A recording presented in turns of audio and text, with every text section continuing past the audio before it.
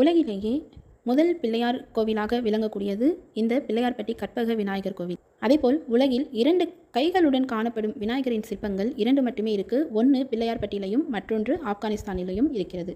இன்று பிள்ளையார்பட்டி கோவில் பற்றி தான் இந்த வீடியோவில் நம்ம பார்க்க போகிறோம். மிக பழமையான குடைவரை கோவிலாக பாண்டிய மன்னர் காலத்தில் கட்டப்பட்டதாக இந்த கற்பக விநாயகர் கோவிலானது அமைந்திருக்கு. கோயிலில் வீற்றிருக்கும் கற்பக விநாயகர் வடக்கு நோக்கி அமர்ந்து பக்தர்களுக்கு அருள் பாலிக்கிறார்.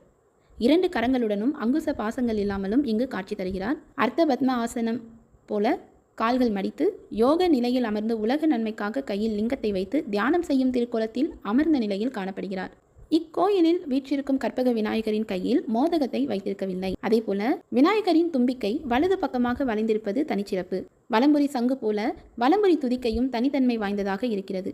வடக்கு திசையை நோக்கி வீற்றிருக்கும் வலம்புரி விநாயகர் இவர் மட்டுமே. அதேபோல் இந்த கற்பக விநாயகரின் சிற்பத்தை வடிவமைத்த சிற்பியின் கையெழுத்தும் கல்வெட்டில் செதுக்கப்பட்டுள்ளது. இக்கோவிலில் வீற்றிருக்கும் கற்பக விநாயகரை தரிசிக்க பிரதான சாலையில் இருந்து தெற்கு நோக்கி செல்ல வேண்டும். அங்கிருந்து சிறிது தூரம் சென்றால் பிரம்மாண்டமான குளம் இருக்கும். அந்த குளத்தில் கோவில் கோபுரத்தின் நிழல் விழுகிறது. மிகவும் சிறப்பானது.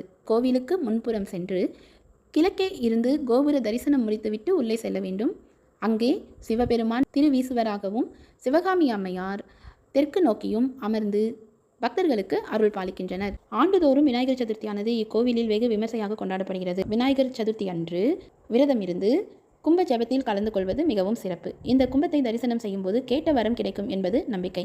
ஒவ்வொரு வருடமும் விநாயகர் சதுர்த்தி அன்று இக்கோவிலில் ஏராளமான பக்தர்கள் வருகை தருகிறார்கள். அதே போல ஒரு வருட காலத்திற்கு சதுர்த்தி நாட்களில் உண்ணாவிரதம் இருந்த பக்தர்கள் அதை நிறைவு செய்வதற்கு விநாயகர் சதுர்த்தி அன்று பிள்ளையார்பட்டி வந்து நிறைவு செய்வார்கள். கேட்ட வரங்கள் எல்லாம் எளிதில் கொடுக்கக்கூடிய யோக விநாயகராகவும் அதே போல வலம்புரி விநாயகராகவும் அமர்ந்து வெற்றி மேல் வெற்றி கொடுக்கக்கூடிய வகையில் பக்தர்களுக்கு காட்சி தரக்கூடிய இந்த பிள்ளையார்பட்டி கற்பக விநாயகரை தரிசிக்க சிவகங்கை மாவட்டத்தில் உள்ள காரைக்குடியிலிருந்து 12 கிலோமீட்டர் தொலைவிலும், மதுரையில் இருந்து 71 கிலோமீட்டர் தொலைவிலும், காரைக்குடி திருப்பத்தூருக்கு இடையில் குன்றக்குடிக்கு அருகில் 3 கிலோமீட்டர் தொலைவிலும் இந்த பிள்ளையார்பட்டி கோவிலானது அமைந்துள்ளது.